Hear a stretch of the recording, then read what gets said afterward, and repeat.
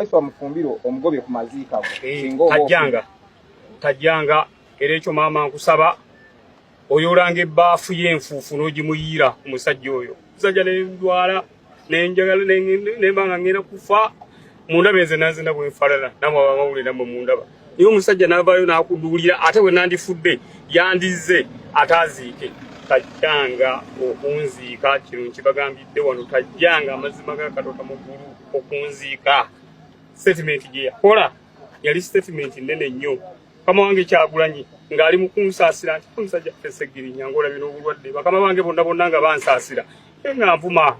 kiro ekyo kyampisa bubi nnyo nga ndi ku kitanda. Waliwo ebigambo byayogerwawo gye buvuddeko nga bakulembeze baffe ababiri baali bafunyemu obutakwatagana mu bigambo naye kirungi nnyo era olunaku lwaleero ndi musanyufu nnyo nti bano abakulembeze nga bali guided by the president. Ekyawaiswa Mufumbira nakikunnyonnyodde olunaku olw'eggulo. Yes, nenkutegeeza munne era Ssegirinya Muhammad yali yalayira n'agamba maama we bannange waliwo ebintu omuntu kyayogera naye no omuntu oba ne tutakiwa attention kimala kutuukawo. Ssegirinya ye ng'omuntu ndowooza olwedde oyinza okyogera ggwe nga tomanyi naye olwedde ng'omwoyo gugukyogedde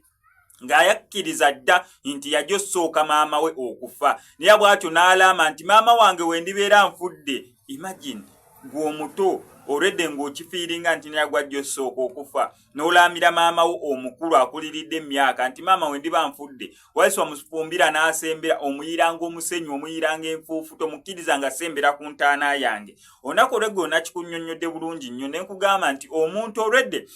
yali akyogedde okuva ku ntobo y'omutima gwe ng'atudde awo n'afumintiriza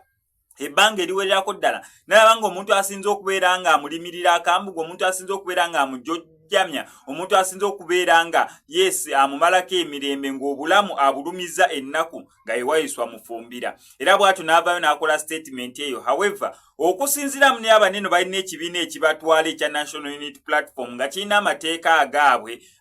Actually kankuwe quick example kiringa munaabeera mu kampani ng'amateeka ga kampani gagamba bannange tetukkiriza banene bantu kwekwana teriiyo kwekwana mu abakozi ba wano tetukkiriza kubeera nga twekwana olw'ensonga bakkiriza nti abantu beekwanira ku mirimu kireetawo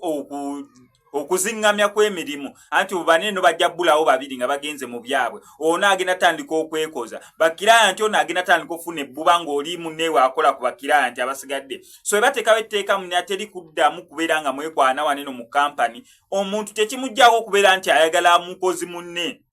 okitegeera. Yes etteeka libeerawo ne babuuza mmwe mweyagala ne babayita ne babakazaakaza ne mugamba nedda ffe tetweyagala biki olw'ensonga mwagala omulimu naye tekijjaawo mu mutima muni yagumwagala oyo omukozi gw'okola naye naye mufunamu akaseera akebbirira musobola okugenda yonna yonna gye mbeera mugenze kasa mbeera outside company naye nga yo company yakiteekawo nti bannange temukkirizibwa kubeera nga mukola ki nga mwekwana oba nga mwagala nga mweyagala. Kati ekimu ne mu National Unity Platform akakubagano akaliwo wakati wa Ssegirinya ne Waiswa nga bo ekibiina kyabayita ne kibagamba bannange tetuganye ebyo byonna byonna bibasumbuwa naye tulabika bubi eri abantu banaalaba batya nga Ssegirinya olwanagana ne Waiswa ati si mujje tugende mu public tubagambe mbu tewaliiwo kakuubagano konna buli omu asonyiye munne. Ekyo kisobola okubeerawo bulungi nnyo omuntu n'ojja mu kamera n'ogamba bannange nze SMX mwagala nnyo SMX yansingira SMX ye bloga wange atuwa update naye nga mutima okimanyi mbu tomwagala okikoze lwa ku protectinga linnya lya kibiina ng'okikoze ku protectinga linnya kwegamba n'okyogera mu public naye nga gwe ku mutima omanyi ekituufu ky'owulira. So nsuubira y'embeera eyaliwo kubanga olwa Ssegirinya olwakyogera bw'ati wayitawo nnaku ntono ne babayita ne batabagana awo bannange musonyiye nange musonyiye muganda wange naye nga bo mu mutima babeera bamanyi ki kye bawulira. Kati tumanyi tugende ekye Ssegirinya kyasooka okubeera ng'ayogera oba tugende nakineeno nga bamaze okubeera nga babayita naye ekirungi ekiriwo nti Waiswa Mufumbira yes yabaddewo mukungu bagaka simanyi oba ne ku ntaana anaagenda simanyi oba ne ku ntaana anaagenda okuziika naye mukungu bagya waneno ku National Unity Platform yabaddewo era musajja wattu engeri internet eno gyeteerabira nera ng'omulaba ebifaananyi bakuba aliwo ati wakayitawo eddakiika ntono ddala oluvannyuma lw'omulambo gwa Sseggirinya kubanga abantu basigala nakiranga